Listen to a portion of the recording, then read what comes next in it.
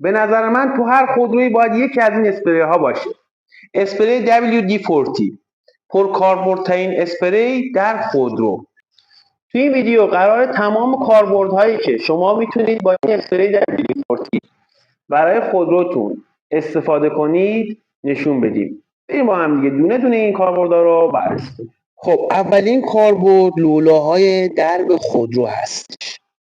اگر در خودرو هنگام باز و بسته شدن گیرگیر میکنه یا صفر شده، اسپری WD-40 میتونه اون رو روون کنه. برای این کار تمام لولاهای درب خودرو رو، یعنی این و این، حالا تو خودروها متفاوته ولی خب متوجه میشید، باید WD-40 رو اسپری کنید در این قسمت ها. ببینید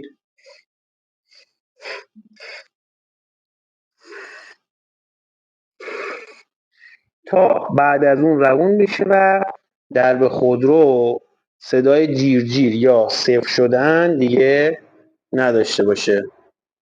خب دومین کاربردی که اسپری WD-40 برای خودرو داره در واقع روان کردن حرکت شیشه های خودرو هستش. در قسمت ریل های شیشه و شیشه بالابرها شما اگه این اسپری رو در واقع بپاشید، باعث نرمتر حرکت کردن شیشه بالابرها میشه، شیشه ها میشه و در واقع نرمتر بالا و پایین میکنن. دقت کنید توی این قسمت ها اسپری بیش از حد هم خوب نیست، چون اسپری خاصیتی که داره جذب گرد و خاک رو بالا میبره و چون در مجاورت محیط بیرون قرار داره ممکنه این در واقع گرد و خاک بیشتری جذب کنه. خب سومین کاربردی که اسپری WD-40 میتونه برای ما داشته باشه در قسمت قفل‌ها، اگر قفل‌ها گیر کنن و در واقع حتی باعث بشه که در خودرو باز نشه یا هر قفل دیگه‌ای که وجود داره، مثلا صندوق عقب یا درب‌ها، شما با مقداری اسپری درون این قفل‌ها باعث میشه که هم عمر قفل‌ها بیشتر بشه، هم راحت‌تر باز بشه و هم در واقع دچار زنگ زدگی نشه. یکی دیگه از کاربردهای اسپری WD-40 اینه که اگر آدامس یا برچسب یا قسمتی از در واقع چسب یه اتیکتی یا برچسبی روی خودرو باشه، شما و مونده باشه روی خودرو، شما با اسپری راحت میتونید بعد از اینکه اسپری پاشید روی بدنه خودرو، اون قسمتی که برچسب وجود داره یا چسبی چیزی وجود داره، به راحتی بتونید اون قسمت رو پاک کنید و از چسب و در واقع اون قسمتی که لکه روش هستش رو از بین ببرید. به عنوان مثال این تیکه چسبی که اینجا هستش، شما بعد از اینکه بعد مدت طولانی برداشته نشد، حالا هر نوع چسبی، برچسب وقتی کنده میشه مقداری از چسب روی بدنه میمونه. این اسپری اگر اون قسمت بزنید و در واقع با یک دستمال کاغذی یا یک پارچه تمیز کنید، به طور کامل اون قسمت برطرف میشه و دچار در واقع کثیفی نیست. یکی دیگه از کاربردهای اسپری WD-40 پاک کردن علائم سفید اکسیداسیون روی باتری هستش. اسپری روی باتری ها، روی سر باتری ها اگه در واقع بپاشید میتونه خوردگی ها رو کاهش بده و در واقع همچنین محافظت کنه از اکسیداسیون سر باتری ها. دیدی که بعضی موقع سولفاتی میزنه سر باتری ها، این اسپری باعث میشه در برابر سولفاتی شدن سر باتری جلوگیری بشه و باعث افزایش عمر باتری و همچنین جلوگیری از اتصالات ضعیف میشه.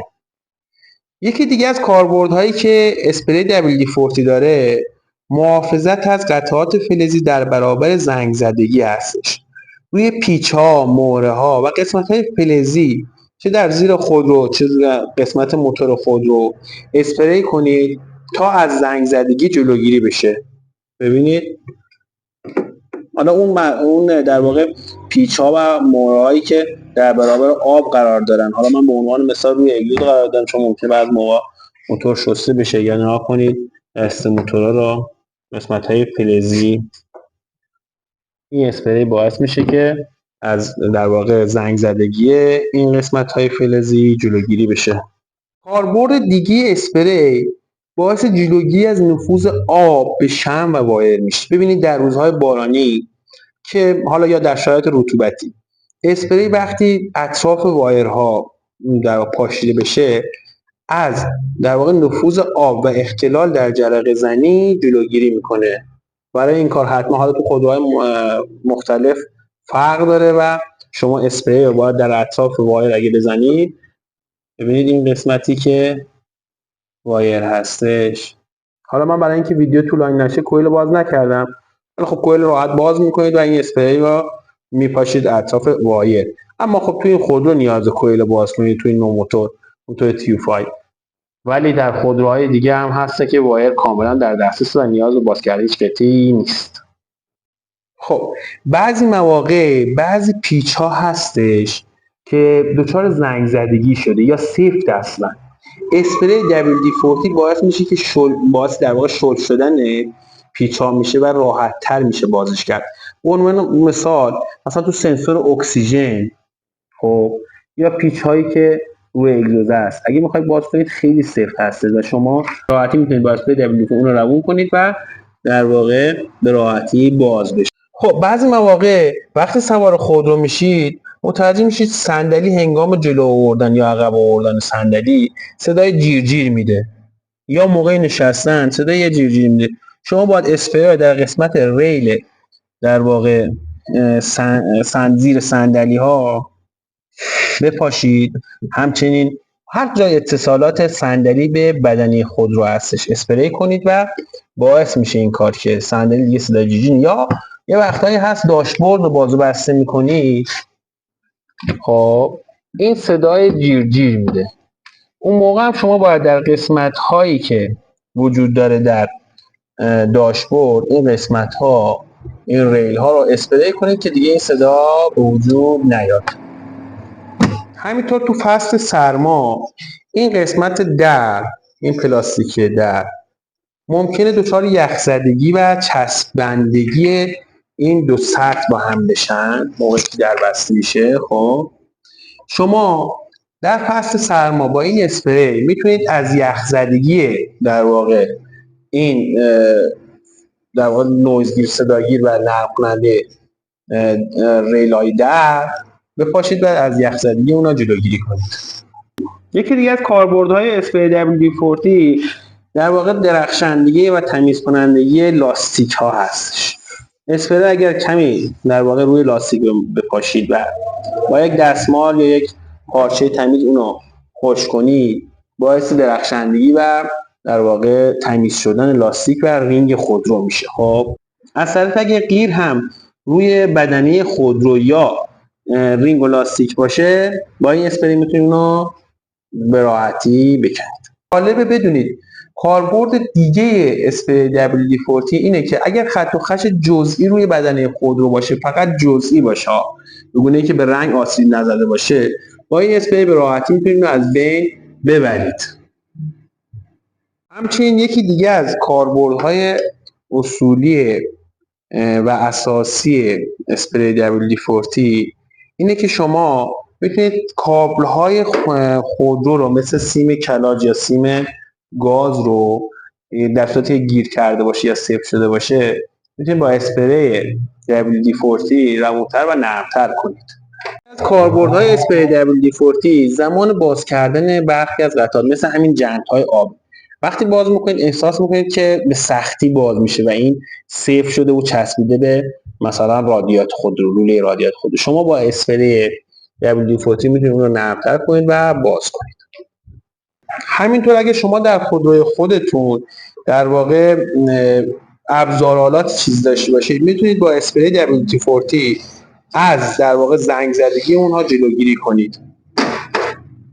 مورد دیگه اسپری WD-40 براق کردن و پاک کردن چراغ‌های خودرو هستش. با این کار شما به راحتی چراغ‌های خودرو رو اگر کدر باشن میتونید برطرف کنید. خب در پایان نکات مهمی هست که خدمتتون عرض کنم، اینکه هرگز روی تسمه‌های خودرو مثل تسمه دینام یا تسمه تایم این اسپری رو استفاده نکنید، چون ممکنه تسمه ها باعث لیز خوردن اونا بشه و عملکردشون کاهش پیدا کنه. همچنین روی دیسک ها و لنت ترمز هم اسپری نکنید، چرا که باعث کاهش اصطکاک و ضعیف شدن عملکرد ترمز میشه.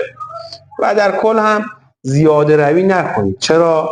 چون ممکنه به جای تمیزکاری گرد و خاک بیشتری جذب کنه. خب میدونید که اسپری WD-40 یکی از در واقع عملکردهاش جذب گرد و خاک هستش و زیاد استفاده کردن اون باعث میشه که در واقع گرد و خاک بیشتری جذب بشه و در پایان هم نتیجه گیری اینه که WD-40 یکی از کاربردی ترین ابزارهای نگهداری خودروه و میتونه مشکلات زیادی رو حل کنه، اما باید بدونی کجا ازش استفاده کنی و کجا استفاده نکنی و مقدار استفاده از اون هم خیلی مهمه. موفق و مایده و پیروز باشید.